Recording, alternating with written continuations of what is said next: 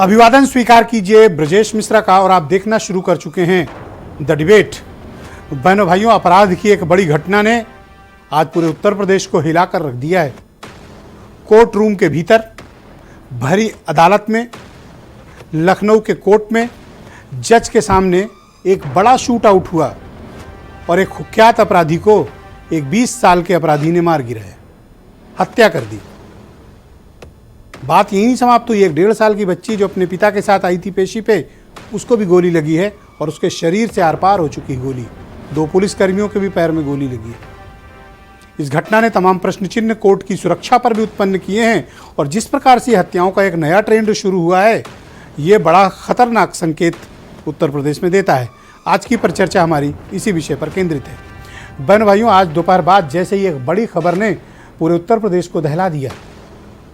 Lucknow court में जज की सुनवाई के दौरान भरी अदालत में एक कुख्यात बदमाश संजीव महेश्वरी उर्फ जीवा, उसकी हत्या कर दी जाती है। और यह हत्या कोई सामान्य तरीके से नहीं होती है। यह हत्या कोई छिपके नहीं होती है। यह खुलेआम गोलियां बरसाकर कोर्ट रूम के भीतर शूट आउट करके कत्ल किया जाता है। जज के सामने जिस वक्त गोलियों की बरसात हो रही थी, जज साहब को छुपना पड़ा मेज के नीचे, वरना शायद वो भी गोली का शिकार होते। अपराधी जिस वक्त गोलियां चला रहा था, वो ताबड़तोड़ गोलियां चल रही थी। वो ये देख नहीं रहा था कि जिसको मर्डर करने आए उसके बाद किसको गोलियां लगी। ये 20 साल का दिखने वाला लड़का निहायत शातिर किस्म का अपराधी निकला और कोर्ट रूम के भीतर इसने जो कांड किया है, बहुत हैरान करने वाला है। ये एक खतरनाक ट्रेंड शुरू हुआ है और ये जो मैं बात कह रहा हूं, बड़ी विचारणीय बात है। ऐसी घटनाएं होने लगी तो सुरक्षित कोई नहीं रहेगा। आज ये अपराधी मारे जा रहे हैं, कल को कुछ और लोग भी इसके शिकार हो सकते हैं, क्योंकि ये एक खतरनाक ट्रेंड को बढ़ावा मिल रहा है। खतरनाक ट्रेंड क्या है? 20-22 साल के बच्चों को हायर किया जाता है। भटके हुए युवा हैं, इनको हायर करिए। ये अपराध से ये लबरेज भरे हुए लड़के हैं जो टेलीविज़न फिल्मों के जरिए अपराध को देखते हैं। इन्हें न घटना की गंभीरता का अंदाजा है, न क्या कर रहे हैं इसके बारे में उनकी कोई सेकंड थॉट है। इनको सुपारी देकर, इनके हाथों में सेमी ऑटोमेटिक पिस्टल देकर बड़े बड़े कत्ल कराए जा रहे हैं। आप याद करें तो पैटर्न लगभग वही है जो अतीक अहमद में था। पैटर्न वही है जो उमेश पाल की हत्या में था और पैटर्न वही है जो जीवा की हत्या में हुआ। कमोबेश पैटर्न आपको एक जैसा मिलेगा। वहां विजय चौधरी मिलेगा तो यहां वो 3 लड़के मिलेंगे जो बांदा के और कासगंज और हमीरपुर के हैं, जिनका कोई क्रिमिनल हिस्ट्री नहीं है। और चौथा आपको ये विजय यादव मिलेगा जौनपुर का, 20 साल का लड़का। ये एक बहुत ही खतरनाक किस्म का खेल खेला जा रहा है। और मैं फिर कहता हूं, जो ये खेल खेल रहे हैं और जो ऐसा कर रहे हैं या जो ऐसा करवा रहे हैं, सुरक्षित कोई नहीं है। जिन्हें गलतफहमी कि उन्हें बहुत सुरक्षा हासिल है, जीवा के साथ 22 पुलिस वाले चल रहे थे और सब इंसास राइफल से लैस 30 गोलियां एक साथ मार सकते हैं, 1 किलोमीटर तक की फायरिंग रेंज। लेकिन बहनों भाइयों, जब गोलियां चलती हैं तो कोई दिखाई नहीं देता। कोर्ट रूम के भीतर भी यही हुआ। पुलिस वालों के बीच जज के सामने सुनवाई के दौरान गोलियों की बौछार, खुलेआम मर्डर कोर्ट रूम के भीतर। ऐसी एक घटना कुछ वर्ष पहले मुझे याद है बागपत में हुई थी, कोर्ट के भीतर। ये बागपत या बिजनौर की घटना थी। लेकिन इस घटना ने राजधानी के भीतर पुलिस के इकबाल को बड़ी चुनौती दी है। ये कोई सामान्य घटना नहीं है कि कोर्ट रूम के भीतर जज के सामने कत्ल हो रहे हों, पुलिस की अभिरक्षा में कत्ल हो रहे हों और पुलिस की सिक्योरिटी पाए व्यक्ति का कत्ल हो रहा हो। ये घटना जवाबदेही मांगती है। ये घटना हमारी अदालतों की, हमारे वकील बंधुओं की, हमारे पेशकारों की और न्यायिक दंडाधिकारियों की, हमारे जजों की सुरक्षा का प्रश्न चिन्ह खड़ा होता है। जब जजों के सामने इस प्रकार की घटनाएं होंगी, जुडिशियल स्टाफ के सामने इस प्रकार की घटनाएं होंगी, वकीलों के सामने इस प्रकार की घटनाएं होंगी, उनके मन पर और मस्तिष्क पर कैसा गहरा अपराध का प्रभाव पड़ेगा। ये घटना न्यायिक व्यवस्था को हिलाने वाली है। जजों की सुरक्षा, वकीलों की सुरक्षा भी महत्वपूर्ण प्रश्न चिन्ह खड़े होती है। ऐसी जब घटनाएं होती हैं, रस्मी तौर पर आदेश जारी होते हैं कि सिक्योरिटी बढ़ा दी जाए, चेक कर लिया जाए, 1 हफ्ते के भीतर हालात वैसे ही होते हैं।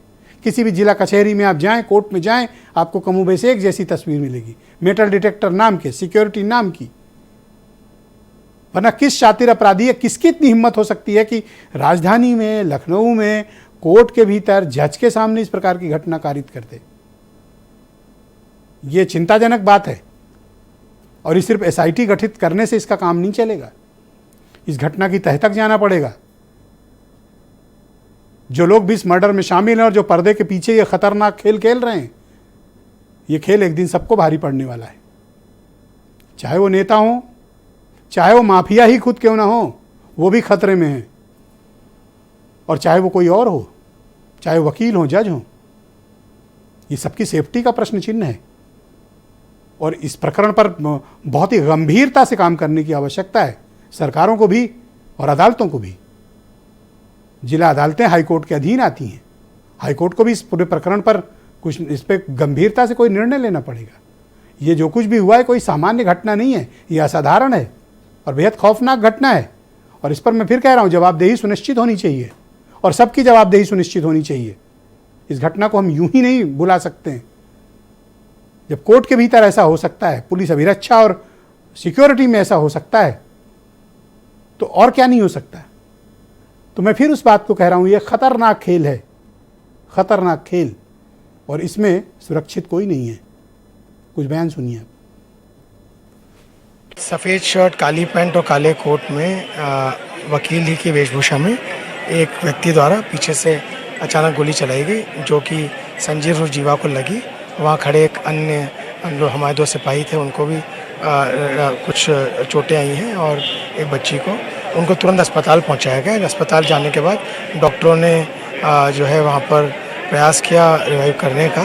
इस दौरान डॉक्टरों द्वारा संजीव और जीवा की मृत्यु की पुष्टि कर दी गई। वकील को भी गोली लगी है। जब हम लोग यहाँ सेफ नहीं है, हमारा प्रोटेक्शन नहीं, आप किसका करेंगे? हम ये गवाह को मारने के लिए ये आदमी व्हाइट शर्ट पहन के आया है। पुलिस की जिम्मेदारी नहीं बनती है कि वो चेक करे? हम लोग सीओपी आईबी एग्जाम देके यहाँ आते हैं वकीलों की पैरवी करने। ये क्या कर रहे हैं? ये क्या है? ये सिक्योरिटी है हम लोगों की? क्या प्रशासन, क्या पुलिस, क्या कुछ भी नहीं रह गया है किसी के अंदर। जब कोर्ट के अंदर गोली मारी गई, कोर्ट रूम के अंदर गोली मारी गई, पुलिस बैठ के मोबाइल चला रही थी और वकीलों ने उसको पकड़ा। ये कंडीशन है कोर्ट रूम की। पुलिस कस्टडी में लोगों की जान जाना, पुलिस सिक्योरिटी के बीच में पुलिस की जान जाना, कचहरी में जान जाना, थाने में जान जाना, कोर्ट में जान जाना। या तो सरकार हो सकता है जानबूझ करके खुली छूट दी हो कि जाओ जिसको जहां मारना है मार लो। ये आज के समय पे ये लोकतंत्र है, ये डेमोक्रेसी है, लॉ चलेगा ऐसे, कानून चलेगा ऐसे। सवाल ये नहीं है कि कौन मर रहा है, सवाल ये है कि किस स्थान पे मारा जा रहा है। बहनों भाइयों, आज की परिचर्चा को आगे बढ़ाते हैं। राजेश चौधरी मेरे साथ मौजूद हैं, हेमंत तिवारी, मनोज काका, सुरेंद्र राजपूत, कुलदीप मिश्रा महामंत्री हैं बार एसोसिएशन के, ब्रजेश यादव जनरल सेक्रेटरी हैं सेंट्रल बार एसोसिएशन के, संजय सिंह भी मेरे साथ मौजूद हैं, और वीरेंद्र सिंह जी आपका शुक्रिया और धन्यवाद कार्यक्रम में जुड़ने के लिए। राजेश चौधरी जी, ये क्या है? What is this? देखिए, बड़ी गंभीर घटना हुई है और इस तरह की घटना नहीं घटनी चाहिए थी। एक अपराधी की हत्या हुई। अपराधी भी दुर्दांत अपराधी था। अपराधी भी जिसने अपने जीवन भर लोगों की हत्या कारित करने का काम किया, अनेक लोगों की हत्या में उसका नाम था। कोर्ट के अंदर घटना घटना दुर्भाग्यपूर्ण है, इसमें कोई संदेह नहीं है। उत्तर प्रदेश सरकार ने बहुत गंभीरता से लिया है। एसआईटी का गठन किया गया है और इसके हत्या के षड्यंत्र के पीछे कौन लोग हैं, इसकी जांच की जाएगी और उन दोषियों कोर्ट की सुरक्षा का दायित्व किसका है? उत्तर प्रदेश सरकार का है निश्चित रूप से। तो क्या एक्शन लिया गया, आप मुझे बताइए। किस चीज का आपको इंतजार है कि इतनी बड़ी घटना जज के सामने कारित हो जाती है? आपको अंदाजा है कि यह घटना का मैग्नीट्यूड कितना बड़ा है? और आप मुझे बता रहे हैं कि आपने एसआईटी गठित की है। नहीं, अभी बिहार में भी इसी तरह की घटना हुई थी। चिंता का विषय है। देश के बहुत सारे कोनों में इस तरह की घटना घट रही है। बिहार के ओके, तो आप अपने को बिहार से कंपेयर करना चाहते हैं कि बिहार में हुआ है तो हमारे यहाँ भी ऐसा हो सकता है? अपराधियों में गैंगवार हो रहा है। अपराधी एक अपराधी दूसरे अपराधी को मार रहा है। उसी के तहत अतीक अहमद की हत्या होती है, उसी के तहत इसी के कोई साधु सन्यासी ये भी। तो आप ये इंडोर्स करते हैं कि जो ये सिलसिला चल रहा है, ये सिलसिला ठीक है? नहीं, मैं इसका बिल्कुल समर्थन नहीं करता। कानून अपना काम कर रहा है। कानून का राज इकबाल होना चाहिए। ये घटना दुर्भाग्यपूर्ण है, पहले ही मैंने आपको कहा। ऐसा नहीं है कि ये घटना घटना चाहिए थी, पर ये भी उस घटना का दूसरा पक्ष है कि वो अपराधी था। किसी साधारण व्यक्ति की घटना हत्या नहीं हुई है, उसने भी हत्या कारित करने आपको का काम पता किया। नहीं है कि एक 1.5 साल की बच्ची को पीठ से गोली लगी और फेफड़े को पार करती हुई निकल गई है, वो आईसीयू में है, और आप कह रहे हैं कि कोई साधारण घटना है, इसमें किसी गोली नहीं लगी। वो जिंदगी और मौत से 1.5 साल की बच्ची जूझ रही है। उस बेटी के परिवार के साथ हमारी पूरी संवेदनाएं हैं, उसके इलाज की पूरी व्यवस्था की जा रही है, नहीं लगनी चाहिए थी, पर जो घटना घटी है वो मैं पहले ही कह चुका हूँ, नहीं घटनी। पर आपकी बातों से मुझे लग रहा है कि अब कोई फर्क नहीं पड़ रहा आपको। फर्क क्या पड़ेगा, जांच हो रही है ना साहब। अब मैं और क्या शब्द बोलूं, आप खुद समझ सकते हो। एक्शन क्या हुआ है? एक्शन हो रहा है, कोई सस्पेंड हुआ है? एक व्यक्ति गिरफ्तार हुआ ना, उसको तो वकीलों ने पकड़ा, आपने क्या किया? नहीं तो वकील वहां थे तो वकीलों ने पकड़ा, वो भी देश के नागरिक। आपने सुना एक वकील कह रहे थे कि पुलिस मोबाइल चला रही थी, अगर हम ना पकड़ते तो भाग भी जाता। नहीं, ऐसा नहीं होता। पुलिस मोबाइल चला रही थी या नहीं चला रही थी, जांच का विषय चला रही थी तो उनके खिलाफ कार्रवाई होगी। ऑलराइट, ब्रजेश यादव जी मेरे साथ मौजूद हैं, जनरल सेक्रेटरी हैं सेंट्रल बार एसोसिएशन लखनऊ के। ब्रजेश जी, शुक्रिया आपका। क्या हुआ आज कोर्ट में? धन्यवाद सर। आज एडीजे SC ST की कोर्ट थी और संजीव जीवा की वहाँ पे डेट लगी थी और वो जुडिशियल कस्टडी में था। सबसे पहली बात तो जुडिशियल कस्टडी में था, और जुडिशियल कस्टडी में जो भी व्यक्ति होता है उसकी जिम्मेदारी न्यायपालिका की और पुलिस प्रशासन की होती है और शासन की होती है। तो मेरा यहाँ पे ये कहना है कि पुलिस प्रशासन और शासन पूरी तरह से फेल्योर रहा। इसके पहले भी नंबर्स ऑफ एप्लीकेशंस हमने दी कि जो भी हमारे गेट्स है उसकी सुरक्षा व्यवस्था बाकायदा मुहैया नहीं है,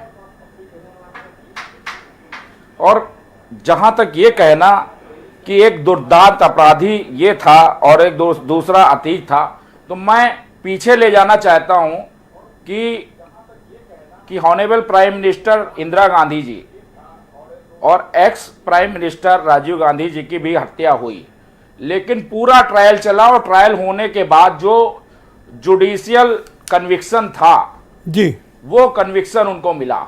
तो आज प्रदेश और देश का परिदृश्य बिल्कुल बदलता चला जा रहा है। तो हम लोगों ने क्यों अदालतें बना रखी हैं, क्यों ट्रायल हो रहे हैं, क्यों हाई कोर्ट जाते हैं लोग? मैंने देखा आप सड़क पर धरने पर बैठे हुए थे, क्या डिमांड थी आपकी? और इस घटना ने वकीलों की कम्युनिटी यानी आपकी कम्युनिटी और जुडिशियल कम्युनिटी के बीच क्या संदेश दिया है? सर, मेरा जो भी ये मानना है, कल हमारी 10:30 बजे सेंट्रल बार एसोसिएशन की आपात बैठक है और 12 बजे हम लोग जनरल हाउस कर रहे हैं। लखनऊ के जितने डिस्ट्रिक्ट बार एसोसिएशंस के एडवोकेट्स हैं वो सब सेंट्रल बार एसोसिएशन के में इकट्ठा होंगे और बहुमत से निर्णय लिया जाएगा कि आगे हम लोगों को करना क्या है। ये घटना जुडिशियरी को क्या मैसेज देके गई है? क्या ये जज के सामने हुई थी घटना? नहीं, आज वो कोर्ट जो है वैकेंट थी, वो लीव पे थे, जज साहब थे नहीं, लेकिन वहां पे इस केस के अलावा वहां पे नंबर ऑफ केसेस लगे थे। ये बच्ची जिसके साथ ये घटना घटी है उसके पेरेंट्स की भी वहां पे डेट लगी थी।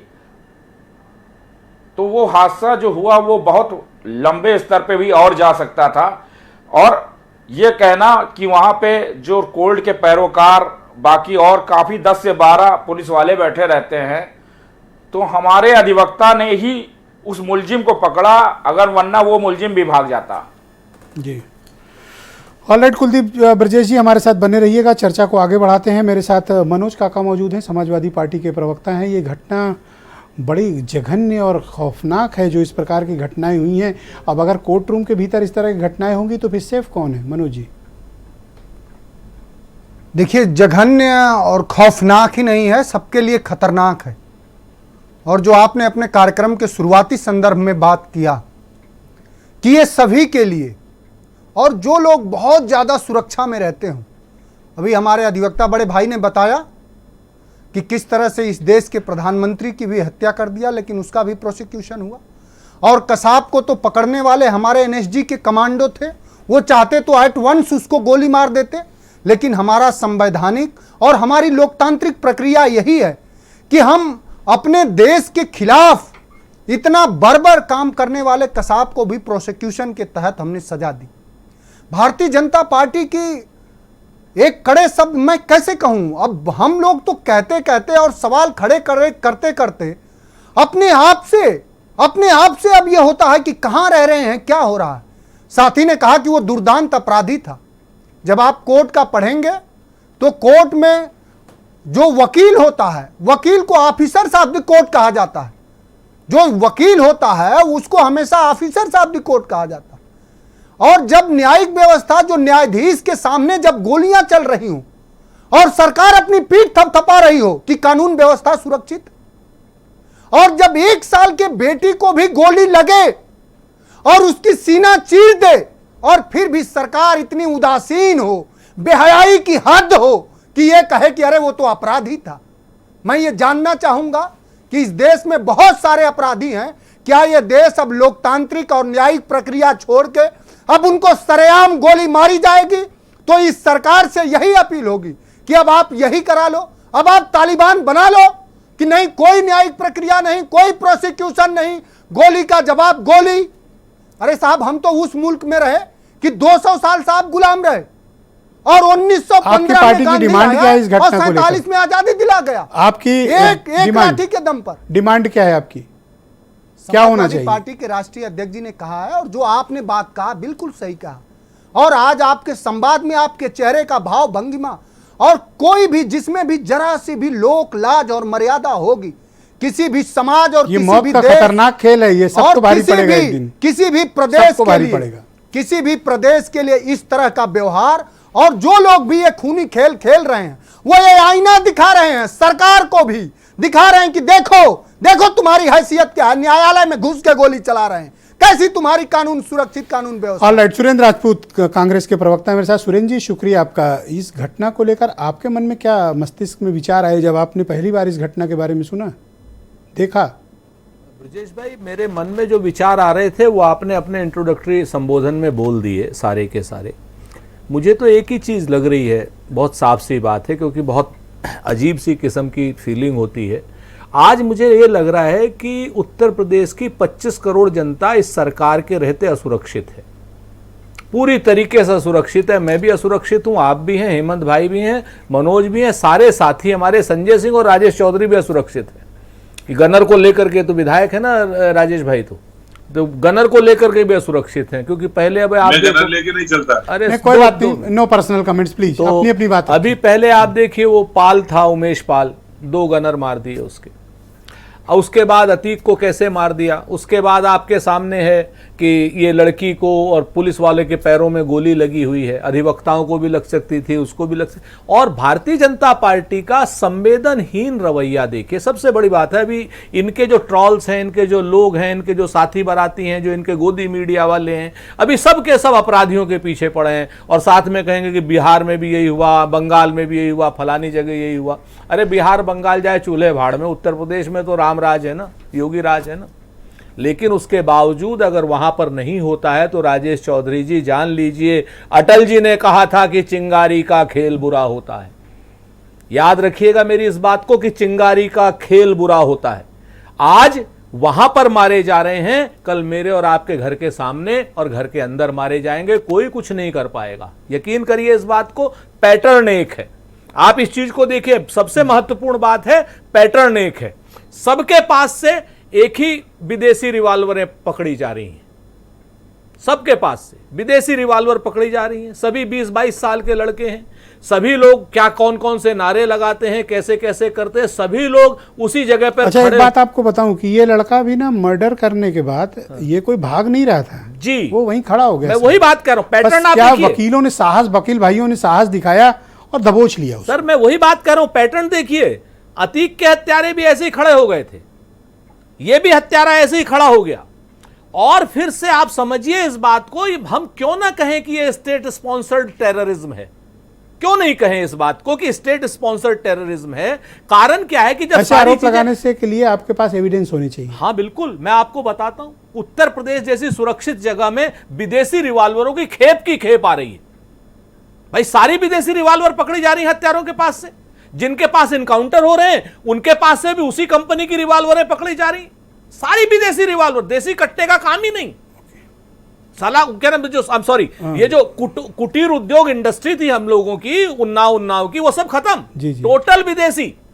वहां की बंदूकें, वहां की गोलियां, वहां की चीजें, क्या किया जाना चाहिए कि बगैर सरकार की अभिरक्षा के, बगैर सरकार की सुरक्षा। डिमांड बताइए सुरेंद्र जी, डिमांड क्या है? 3-4 चीजें हैं सर, मैं आपको फिर से बता दूं। मैं फिर से कहता हूं, कहते हैं ना कि जलते घर को देखने वालों फूस का छप्पर आपका है, आपके पीछे तेज हवा है और मुकद्दर आपका है। उसके कत्ल पे मैं भी चुप था, अब मेरा नंबर आया, और मेरे कत्ल पे तुम भी चुप हो, अगला नंबर आपका है। उत्तर प्रदेश की भारतीय जनता पार्टी सरकार को आत्मश्लाघा से निकलना होगा। मेरी डिमांड कुछ 10 सेकंड और दे दीजिए।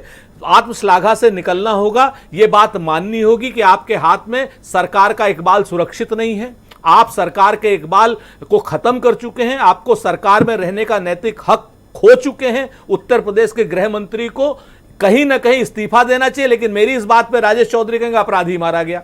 अरे भाई, अपराधी को मारने का तरीका क्या था? Thank you sir. डिबेट के नेक्स्ट राउंड में आपके बाकी विचारों को सम्मिलित करूंगा। हेमंत तिवारी उत्तर प्रदेश के बहुत ही जाने माने पत्रकार हैं। हेमंत जी, बहुत शुक्रिया आपका। ये मौत का बड़ा खतरनाक खेल शुरू हो चुका है, कहाँ खत्म होगा ये?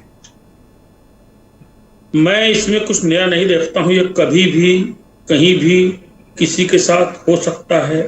ये मैं आज से नहीं, लंबे अरसे से कह रहा हूँ, क्योंकि जो बुनियादी दिक्कत है, जो जड़ की दिक्कत है, उसको समाप्त करने का कोई नियोजित उपाय ही नहीं किया गया है पिछले कई वर्षों में। मैं एक बात कहता हूँ कि देखिए कि योगी जी का नाम इस बात के लिए पूरे हिंदुस्तान में मशहूर है कि लॉ एंड ऑर्डर पर उनकी बड़ी पकड़ है, उनकी कोशिशें अच्छी हैं, इसमें कोई शक नहीं। लेकिन वो अगर कोई किसी स्टेट की चर्चा नाम भरोसे होती है तो उसका सिस्टम राम भरोसे नहीं होना चाहिए। ये जो अफसरान हैं, चाहे डीजीपी हो, चाहे पुलिस कमिश्नर्स हो, चाहे एसएसपी एसपी लोग हों, ये नया कुछ नहीं कर रहे हैं। क्या नया किया मुझे बताइए? कुछ नहीं कर।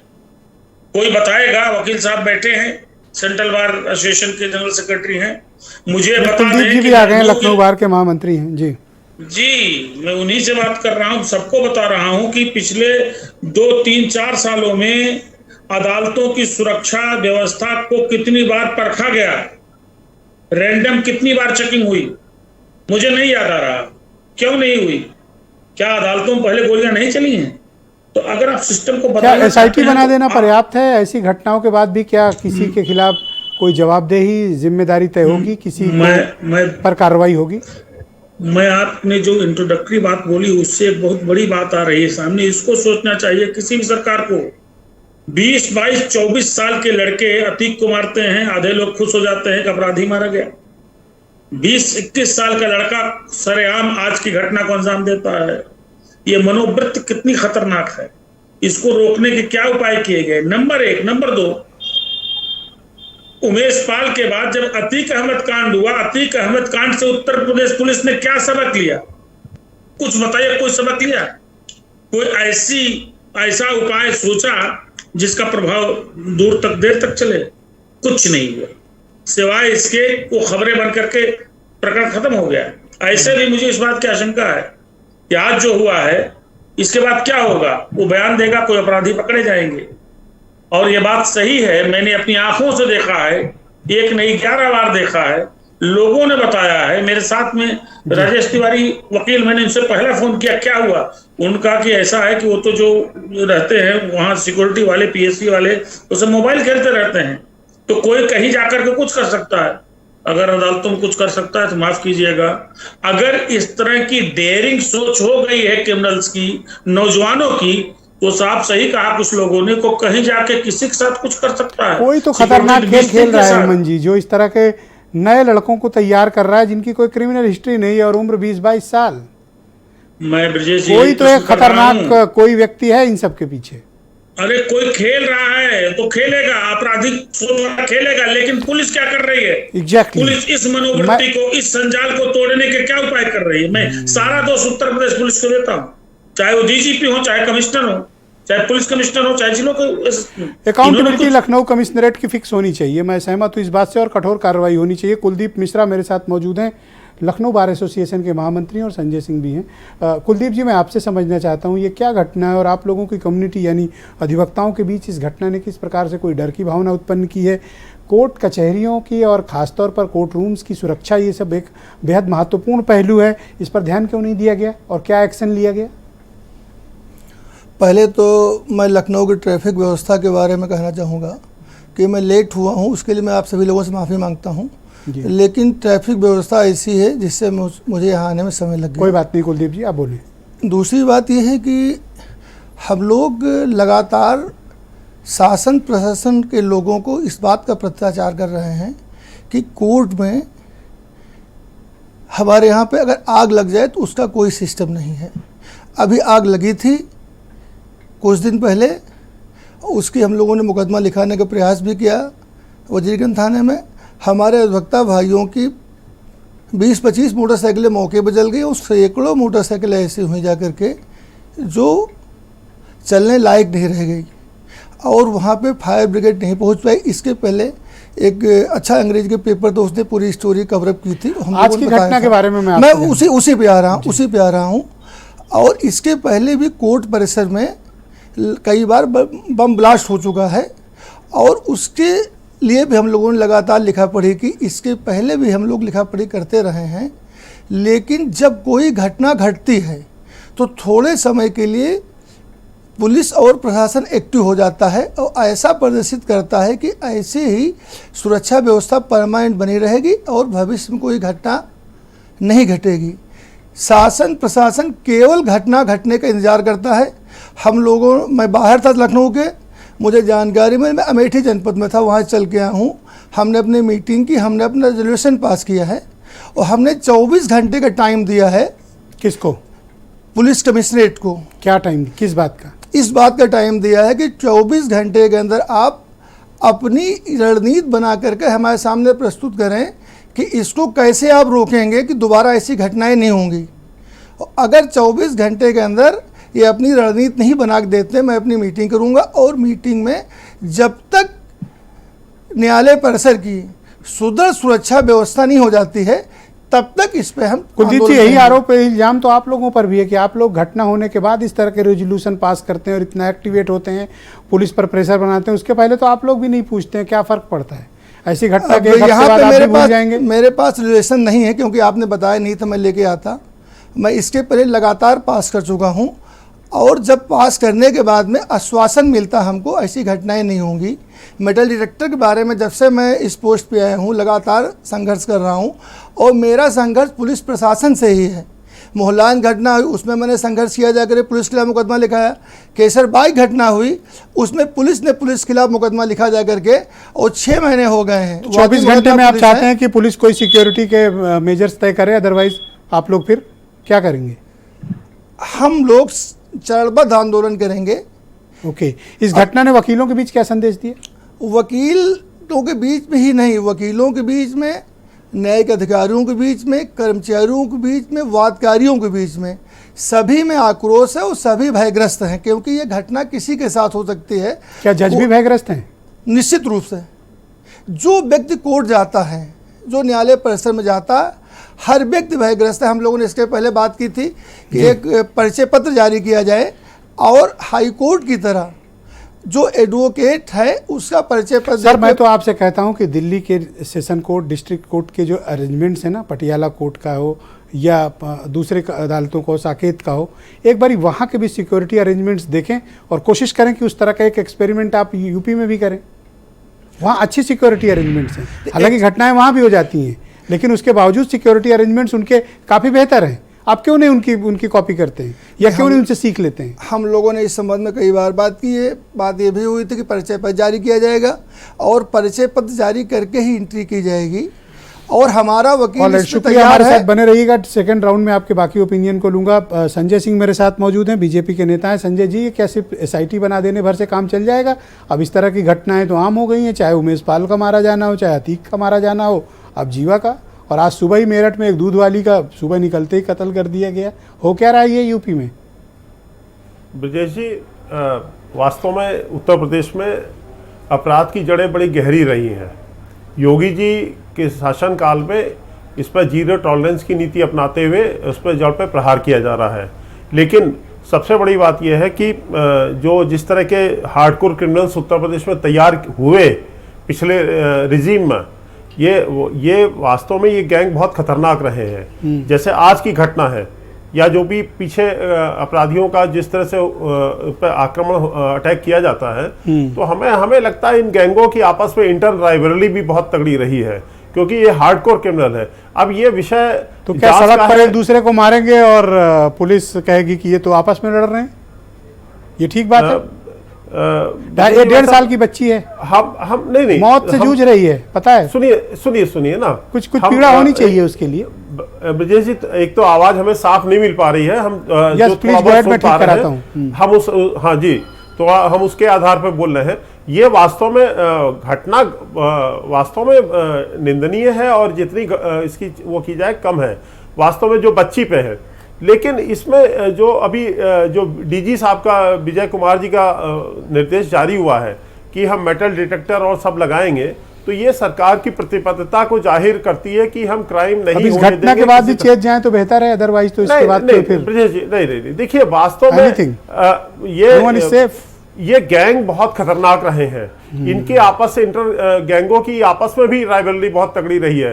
अब ये SIT की जांच के बाद पता चलेगा ये जो मारने वाला है ये कौन रहा है। ये जांच के बाद आएगा ना। सरकार अपनी तरफ से पूरा मेजर ले रही है। और रही बात सुरेंद्र भाई हमारे जो बोल रहे हैं, हम इस बात पे आपत्ति प्रकट करते हैं कि स्टेट स्पॉन्सर्ड टेररिज्म। सुरेंद्र भैया देखिए, एक बात सुन लीजिए आप, स्टेट स्पॉन्सर्ड टेररिज्म नहीं, स्टेट स्पॉन्सर्ड क्राइम तो भी हम नहीं कहेंगे पिछली सरकारों में, लेकिन हाँ, उनकी समय में जिस तरह से अपराधियों का मनोबल बढ़ा था, जिस तरह से अपराधी के खिलाफ कोई मुकदमा लड़ने के लिए तैयार नहीं होता था, आज योगी जी की सरकार में लोग आज कोर्ट रूम में कत्ल किए जा रहे हैं। ओके सुरेंद्र जी, आप जवाब तैयार रखना, जरा वीरेंद्र जी भी कनेक्ट हो गए। वीरेंद्र जी, आज की इस घटना ने तो बड़ा मतलब, थैंक यू, शुक्रिया संजय जी, धन्यवाद। वीरेंद्र जी, आज की इस घटना ने तो बहुत ही लोगों के मन में एक धारणा उत्पन्न कर दी। ये घटना को लेकर आपका क्या दृष्टिकोण है और अब तक क्या कार्रवाई हुई है, मैं जानना चाहता हूँ। देखिए, अभी जो कोर्ट में फायरिंग हुई और संजीव जीवा की हत्या हुई, उसमें जो बच्ची को गोली लगी है, ऐसी खबर है कि वो गोली दीवार से टकराकर वो बच्ची को लगी है। वो 1.5 साल की छोटी बच्ची है जिसको ये गोली लगी है। और अभी ये भी सूचना है कि जिस असलहे से मर्डर हुआ है उसकी बरामदगी नहीं हो पाई है। तो अभी ये 2-3 चीज़ें उसमें बड़ी महत्वपूर्ण हैं कि असलहा किस तरह का इस्तेमाल हुआ है, अभी उसकी ठीक से स्पष्ट रूप से जानकारी पुलिस नहीं दे रही है। दूसरी सबसे बड़ी बात है कि कानून व्यवस्था के लिए एक चुनौती खड़ी हुई है। क्या उत्तर प्रदेश में न्यायाधीश के न्याय करने से पहले अपराधी न्याय करेंगे? ये एक बड़ा सवाल आता है, क्योंकि कोर्ट बड़ी सुरक्षित जगह मानी जाती है, लेकिन न्यायिक अभिरक्षा में जब अपराधी रहते हैं तो वहाँ जिम्मेदारी सरकार की है, पुलिस की है कि उनकी जान माल की रक्षा करे। पहले आपने देखा कि अतीक मर्डर कांड हुआ, उससे पहले पुलिस अभिरक्षा में उमेश पाल भी रहते थे, वो उनके साथ सिक्योरिटी थी, वो उसमें मारे गए। अतीक अहमद, अशरफ, ये सब न्यायिक अभिरक्षा में थे, ये मार दिए गए। लाइव टीवी पे मारे गए, आज कचहरी में मार दिया गया आदमी। तो ये जजों के लिए भी बहुत खतरा है, जो अपराधी को मार सकते हैं। गोली किसी को पहचानती नहीं, एक छोटी बच्ची को लग गई। तो क्या ऐसे सड़कों पर न्याय होगा? ऐसे अपराधी अपने आप एक दूसरे का न्याय कर लेंगे? ये सब सवाल बड़े सारे खड़े होते हैं, क्योंकि हमने तो कोर्ट, कचहरी, पुलिस, प्रशासन सब बनाया कि अपराधियों को न्याय दें, अपराधियों को सजा दें, अपराधियों को पर कार्रवाई हो, लेकिन उससे पहले चीज़ें हो रही हैं। देखिए कि कुख्यात हत्यारा है, इसमें कोई शक नहीं है कि संजीव जीवा कोई मामूली हत्यारा नहीं था। बड़े बड़े गैंग, मुख्तार अंसारी से लेके पश्चिमी उत्तर प्रदेश में तमाम गैंग से उसका नाम है। वो खुद भी कंपाउंडर रहा और जहाँ पर डॉक्टर के साथ था उनका भी अपहरण किया था।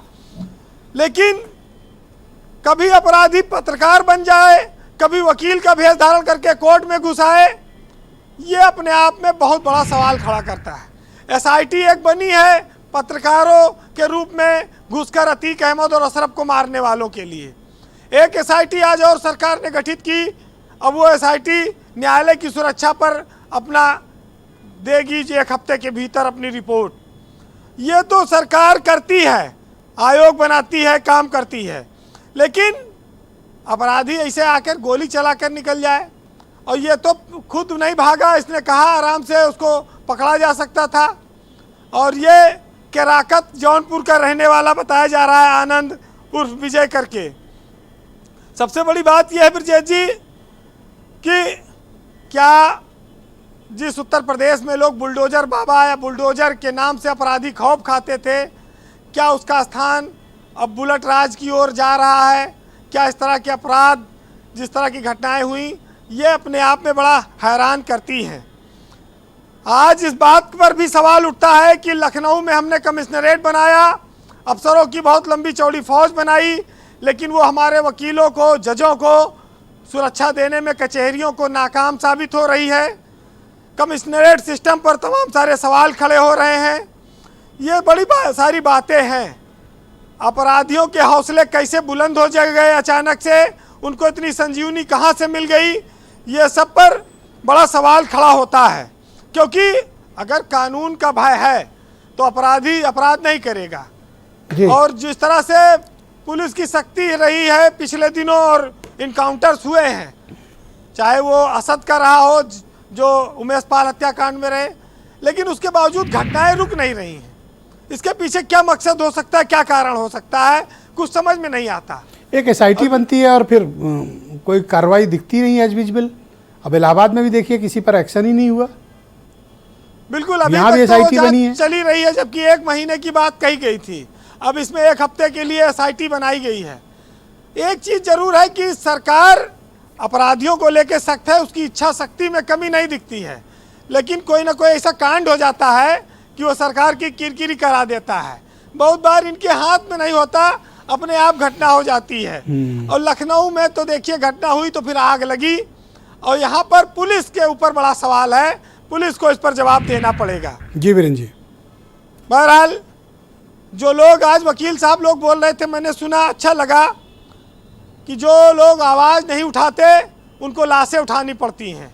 आज कम से कम उत्तर प्रदेश में और लखनऊ के वकील आवाज़ उठा रहे हैं और कोर्ट में अपनी सुरक्षा, जजों की सुरक्षा, सबके लिए वो आवाज़ उठा रहे हैं। कोई जज धरना प्रदर्शन करने नहीं आएगा, ये वकील ही उनके प्रतिनिधि हैं और इन्होंने सरकार से जो डिमांड की है उस पर तेज़ी से काम करना होगा।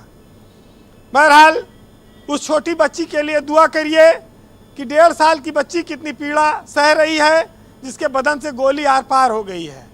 अपराधी तो खैर पकड़ा गया है, लेकिन अभी उसने ये नहीं बताया कि उसकी क्या दुश्मनी थी। वो जौनपुर का रहने वाला, और अभी तक वो पिस्तौल बरामद नहीं हुई है ना जी, अभी तक वो पिस्तौल नहीं मिली है। अभी तक वो पिस्तौल सूचना के पर घटना तो वही हुई, उसी ने किया, फिर पिस्तौल लेकर कौन भाग गया? अब ये भी बड़ा आश्चर्य की बात है। और उसकी दुश्मनी क्या थी जो मारने गया? वो जौनपुर का आदमी और एक पश्चिमी उत्तर प्रदेश के आदमी से उसकी क्या दुश्मनी? मेरे ख्याल से शक्ल भी पहले कभी नहीं देखी रही होगी। ये सब भी चीजें अभी सवाल आने बाकी हैं। जी वीरेंद्र, कंक्लूड करें जी। फिक्र ये नहीं है कि गिद्ध खो चुके हैं, फिक्र ये है कि आदमी गिद्ध हो चुका है। सदियां लग जाएंगी, असर जाते जाते वो दिलों में इतना जहर बो चुके हैं और देख का हाल दुनिया का सिसकता है खुदा, मेरे राम अकेले में बहुत रो चुके हैं। बहुत शुक्रिया वीरेंद्र जी, बहुत बहुत धन्यवाद। बहनों भाइयों, आज की परिचर्चा को आगे बढ़ाते हैं। भारतीय जनता पार्टी के प्रवक्ता और विधायक राजेश चौधरी मेरे साथ इस वक्त मौजूद हैं। राजेश जी, इस घटना के बाद एक एसआईटी बना दी गई जो हफ्ते भर में रिपोर्ट देगी। अतीक अहमद का मर्डर हुआ, एक एसआईटी बना दी गई, एक जुडिशियल कमीशन जो महीने भर में रिपोर्ट दे रहा था अब तक नहीं आई। इस घटना पर भी एक एसआईटी बना दी गई, कहा गया 1 हफ्ते में रिपोर्ट आएगी। इस तरह की घटनाओं से आपने सुना जो बार एसोसिएशन के 2 महत्वपूर्ण पदाधिकारी बैठे हैं, उनके मन में जो खौफ और डर है, जजों तक के, वादकारियों के, पैरवी करने वालों के और वकीलों के मन में, इनके प्रति सरकार की कोई फिक्रमंदी दिखेगी? देखिए वकील साहब जो कह रहे थे बिल्कुल उनका डर जायज है। इस तरह की घटना अपराध की और कोर्ट के अंदर घट जाना चिंताजनक है, मैं इस बात को मानता हूँ। इसीलिए सरकार ने एसआईटी का गठन किया। कोर्ट की किस प्रकार सुरक्षा हो, कैसे हमारे लॉयर भाई जो है उनकी सुरक्षा निश्चित हो, इसका एसआईटी पूरा रिपोर्ट बना करके रिपोर्ट देगी और सुरक्षा के जो मानक है उनको पूरा करके सरकार कदम उठाएगी। और दूसरी बात, मैं सपा के प्रवक्ता को सुनना था, वो तो अपराधियों के साथ किस तरह से खड़ा होते ये बताने की आवश्यकता नहीं है किसी को। उत्तर प्रदेश को या देश को बताने की आवश्यकता नहीं है। आज उत्तर प्रदेश में कुछ घटनाएं घट रही हैं, अपराधी मारे जा रहे हैं, गैंगवार के कारण मारे जा रहे हैं, क्या मारे जा रहे हैं, जांच का विषय है। ये जो व्यक्ति विजय यादव नाम का पकड़ा गया है, ये अकेला नहीं होगा। एक इतना छोटा नौजवान, 20 साल का नौजवान आकर के इतने दुर्दांत अपराधी को मार देता है जो 28 साल से क्राइम कर रहा था, जराइम की दुनिया और जिन्होंने अतीक और अशरफ को मारा वो भी अकेले नहीं है तीनों, उनके पीछे भी कोई है और इसके पीछे भी कोई है, वही खेल रहा है इनके पीछे। वो चेहरे पे नकाब होंगे, निश्चित रूप से भरोसा रखिए। मनोज जी मैं आऊंगा प्लीज, ये एक सेंसिटिव विषय है, हम आपको समय देंगे, बोलिएगा। हाँ राजेश जी कंप्लीट करो। राजपूत साहब जो कह रहे थे चिंगारी का खेल बुरा होता है, ठीक कह रहे थे। चिंगारी इन्होंने तो लगाई थी जो आज चिंगारी की आग में चल रहे हैं। कोई सामान्य आदमी के साथ ये घटना नहीं घट रही है। अपराधी एक दूसरे अपराधी को मार रहे हैं। हाँ, पर यह चिंता का विषय है कि सरकार को जन सुरक्षा के मानक अपनाने चाहिए, उसमें कहीं न कहीं नेग्लिजेंसी हुई है तो उन लोगों। थैंक यू राजेश जी, शुक्रिया। ब्रजेश यादव मेरे साथ मौजूद हैं, जनरल सेक्रेटरी हैं सेंट्रल बार एसोसिएशन के। जो ये तर्क दे रहे हैं राजेश चौधरी जी, क्या वो तर्क पर्याप्त हैं कि अपराधी अपराधी को मार रहे हैं, इसलिए क्या इसका जस्टिफिकेशन किया जा सकता है? नहीं सर, इनका कहना बिल्कुल गलत है कि अपराधी अपराधी को मार रहे हैं, ये बिल्कुल गलत है। देखिए ये जो हो रहा है ये एक सिस्टम, जुडिशियल सिस्टम को फेल्योर करने की बात हो रही है।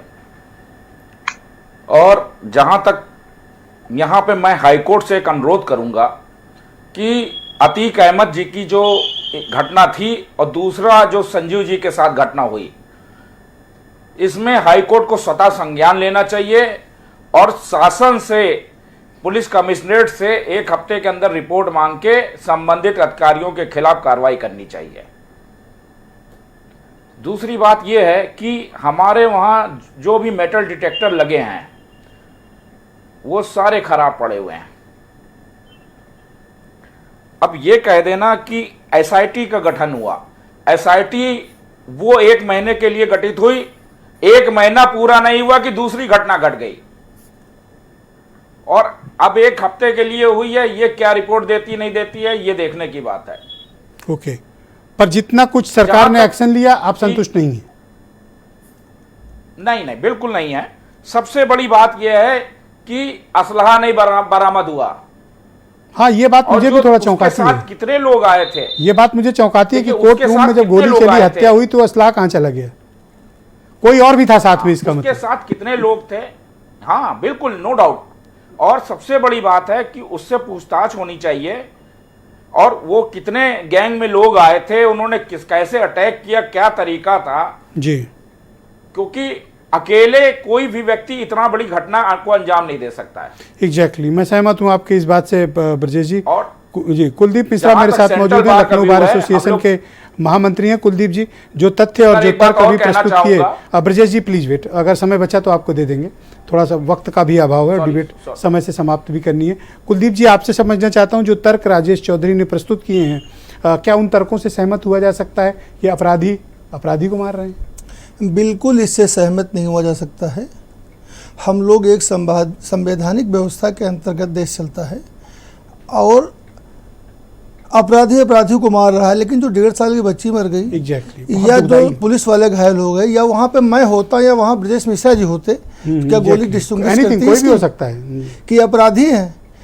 तो जो कृत्य हुआ है बहुत ही गलत हुआ। जितनी निंदा की जाए उतने शब्द मेरे पास नहीं इसकी निंदा की जाए, लेकिन हमको इनकी एसआईटी पे, मैं किसी पार्टी का पॉलिटिकल पर्सन नहीं हूँ और न मैं किसी पार्टी का मेंबर हूँ, लेकिन मैं अधिवक्ताओं की राजनीति करता हूँ। मैं अधिवक्ताओं के साथ साथ समाज का एक व्यक्ति हूँ। तो समाज का कोई व्यक्ति होता उसके साथ गोली लग सकती थी वहाँ पे। ये विचार करके हमको सोचना चाहिए। क्या लखनऊ बार भी चाहती है कि हाईकोर्ट इंटरवीन करे इस मामले में? नहीं, मैं चाहता हूँ कि हर व्यक्ति ये सोचे कि वो उसकी बच्ची को गोली लगी है और ये सोच करके स्टेटमेंट दे कि मेरी बच्ची वहाँ पे थी, उसको गोली लगी है, तो सही पक्ष आएगा। ऑलराइट, मनोज काका जी, क्या चाहती है समाजवादी पार्टी और क्या इन तर्कों से सहमत हुआ जाए जो तर्क राजेश चौधरी ने प्रस्तुत किए हैं? ये जो राजेश चौधरी जी का तर्क है, उस तर्क को मैं महामंत्री जी के तर्क के साथ जोड़ रहा हूं और ये थोड़ा सा दुखद होगा, सहीएगा। क्या आपके बेटी को किसी न्यायिक जगह पे गई हो, अगर गोली लग जाए तो आपका यही तर्क होगा? निश्चित रूप से नहीं होगा। आप कह रहे हैं कि अपराधी हैं अपराधी। मैं ये जानना चाह रहा हूं सरकार से, कल बस्ती में एक बेटी को भारतीय जनता पार्टी के, आपका भी चैनल ने चलाया, भारतीय जनता पार्टी के 2 नेताओं ने घर में ले जा करके और बलात्कार करके उस बिटिया की हत्या कर दी। क्या इससे भी मर्माहत नहीं हो रहे हैं? क्या आपकी यही राजनीति है? अगर इससे भी आप शर्मिंदा, हाथ ना उठाइए संजय सिंह जी। 2 लोग भारतीय जनता पार्टी के, पहले तो आपसे सवाल है कि आप बीजेपी के 2 लोगों को क्यों बैठा रहे हैं? नहीं, ठीक है, वो मैं आपको तर्क दे दूंगा कि क्यों बुलाया हूं। मैं दूसरी बात पे आ रहा हूं, मैं सवाल कर रहा हूं, ये किसी भी तरह का, मैं समझ रहा हूं कि किसी भी तरह का दुनिया का कोई भी नहीं, राजेश जी प्लीज, राजेश जी बीच में ना बोले, राजेश जी प्लीज बीच में नहीं बोले। संस्थान इसको न्यायोचित नहीं कर सकता है और जैसा गोली कभी भेद नहीं करती, वो किसी को भी लग सकती है। और भारतीय जनता पार्टी कह रही कि चिंगारी, मणिपुर में किसने चिंगारी लगाया? आप तक तो खबर आई होगी, 2000 लोगों की भीड़ ने एक मां, बेटी और उसके पिता को जला दिया एम्बुलेंस में। वहां पर किसने चिंगारी लगाई है? किसने नेहरू जी ने लगाई है? कब की लगी है? क्या कर रही है भारतीय जनता पार्टी की सरकार? इस कांड को लेकर आपकी क्या डिमांड, क्या चाहती है आपकी पार्टी? देखिए, समाजवादी पार्टी का हमेशा से डिमांड, हमारे राष्ट्रीय अध्यक्ष जी ने कहा है और हमेशा कि आप सुरक्षित कानून व्यवस्था, जाति आधारित लोगों को समर्थन दे करके उनके गुंडागर्दी को समर्थन, मूक समर्थन दे के नहीं सुनिश्चित कर सकते। आप न्याय के आधार पर कानून व्यवस्था सुरेंद्र राजपूत जी, जिस प्रकार के तर्क इस घटनाक्रम को लेकर प्रस्तुत किए गए, मैं खत्म कर रहा हूं, सुन लीजिए साहब, आप तो हमसे ज्यादा लंबे समय से आप तक का अनुभव है। ये बता दें, यहां जितने लोग बैठे हैं, हेमंत सर भी बैठे, कब उत्तर प्रदेश में 3-3 डीजीपी कार्यवाहक रहे? तो जब आपके 25 करोड़ जनमानस के सुरक्षा हेतु एक अस्थायी डीजीपी नहीं नियुक्त कर सकते हैं, उस सरकार से आप उम्मीद ओके, सुरेंद्र राजपूत जी, हाईकोर्ट का इंटरवेंशन भी बार चाहता है।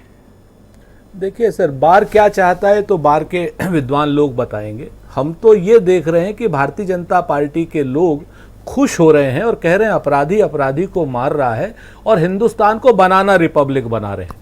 गांधी जी ने एक जगह पे कहा था कि अगर आंख के बदले आंख की बात करेंगे तो दुनिया सारी अंधी हो जाएगी। इस तरीके के, जिसको कहा जाए ना, संवेदनहीनता की पराकाष्ठा जब लोग करते हैं, फिर उसके बाद अपराधी की जात देखेंगे, अपराधी का धर्म देखेंगे, अपराधी का वो देखेंगे। अरे भाई, अपराधी, आरोपी, आपको दंड देना आपका काम नहीं, न्यायालय का काम है। उसका वध कीजिए, उसकी हत्या थोड़ी कर लेंगे आप। देख, बहुत स्पष्ट है। अभी जो मैंने कहा स्टेट स्पॉन्सर्ड टेररिज्म क्या है, ये मैंने सवाल पूछा और मैं बिल्कुल फिर से कहता हूं कि जिस उत्तर प्रदेश में जब आप पूरी जिम्मेवारी से कहते हैं कि पूरा उत्तर प्रदेश सुरक्षित है, वहां पर इस तरीके से झव्वा भर विदेशी असलहे, सैकड़ों हजारों की संख्या में विदेशी गोलियां, हिंदुस्तान में नहीं बनती इनकी गोलियां, बात आप समझिए। ये सब जब वहां पर आ रहे हैं तो कहां से हम सुरक्षित हो गए? एसआईटी इनफ है या फिर और इससे बड़ी? सर, एसआईटी पर सुन लीजिए ब्रजेश भाई, आप बहुत ये सिर्फ गुमराह करने वाली बात। सुन लीजिए आप, 6 साल में लगभग 1000 एसआईटी इन्होंने बनाई है। कौन सा एक काम बताओ आपने? कोरोना काल में कम से कम 150 एसआईटी बनी। आपको याद होगा, 5 रुपए की चीज 500-500 रुपए में ली, और एक वो जो हाथ में वो नापते थे ऑक्सीजन एनालाइजर, 6-6 हजार रुपए में, 8-8 हजार रुपए में लिया इन लोगों ने।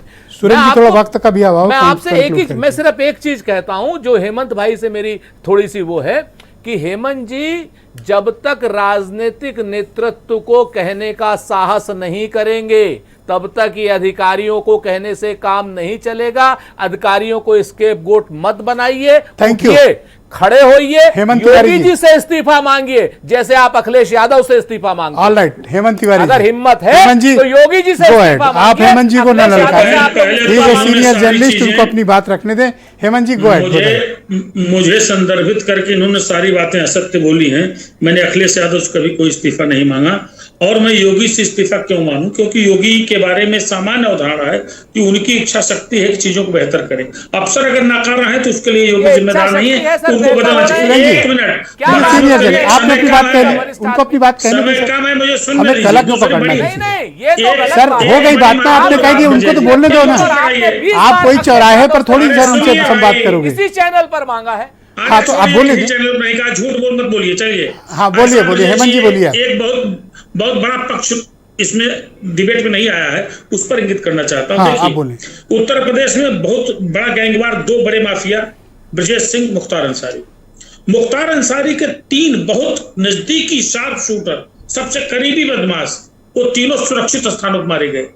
भाई मेरा चित्रकूट की जेल मारे जाते हैं, मुन्ना बजरंगी बागपत की जेल मारे जाते हैं, और संजीव जीवा यहां मारे जाते हैं सुरक्षित स्थान अदालत में। ये इक्वेशन भी इस पूरे एपिसोड का जो आपराधिक पक्ष है उसमें बहुत महत्वपूर्ण है। हमको लगता है कि एसआईटी जांच करेगी तो सारी बातें आएंगी, लेकिन किसी का भी, हम जो अपराधी सबसे घनघोर है वो सुरक्षित कहाँ महसूस करता है? कपड़े बदल करके, बुर्का ओढ़ करके वो अदालत में जाकर सुरक्षित महसूस अब देखिए, अतीक का मर्डर करने आए तो पत्रकार बन के आए, आईडी लिए हुए थे। जीवा का मर्डर करने आए, काला कोट व्हाइट शर्ट पहन के आए। नेक्स्ट क्या हो सकता है? कोई भी वर्दी पहन के भी कोई आ सकता है। अरे साहब, कोई मंत्री मंदिर में, कोई भी कुछ भी हो सकता है, कोई पुजारी बन के बैठ सकता है, एनीथिंग। बैठा हो हाँ, पुजारी बन के बैठा हो। इस पर सख्ती, ये एक खतरनाक ट्रेंड शुरू हुआ है हेमंत जी। बिल्कुल बिल्कुल, बहुत चिंताजनक है। और मुझे लगता है कि मुख्यमंत्री जी को नाकारा अफसरों पर सख्ती करने की, संजय सिंह, सीधी कार्रवाई करने के बजाय एसआईटी, आपके पास इसके अलावा कुछ नहीं है? ब्रजेश जी, पहले हम मनोज काका जी की बात का जवाब देंगे। मनोज जी, जब आप डिबेट पे आते हैं तो कुछ चीज़ें को तैयार करके आया करिए। आप पहले सपा सरकार में जो क्राइम हुए उनकी लिस्ट लेके आया करिए। आपके संज्ञान में हम दो बताइए ना, एनसीआरबी के आंकड़े अभी आप अपने मोबाइल पे गूगल करिए। और क्या हमारी सरकार के आप बोलिए, एक बार उनको अपनी बात रख लेने दीजिए, फिर आप इंटरव्यू करिएगा। क्या हम मनोज जी, नहीं हुआ? मनोज जी, आपको संयम रखना है। बेटी के साथ ओके, संजय सिंह बोलेंगे। संजय सिंह गोएड, संजय सिंह बोलिए, संजय सिंह बोलिए। जिसमें मनोज जी शांत होइए, पेड़ से उनको अपनी बात रखने दीजिए। बलात्कार करके आपके सांसद का नाम आया था, क्या हुआ? तो एक घटना और बता देते हैं। बुलंदशहर में माँ बेटी के साथ 12 लोगों ने बलात्कार किया था।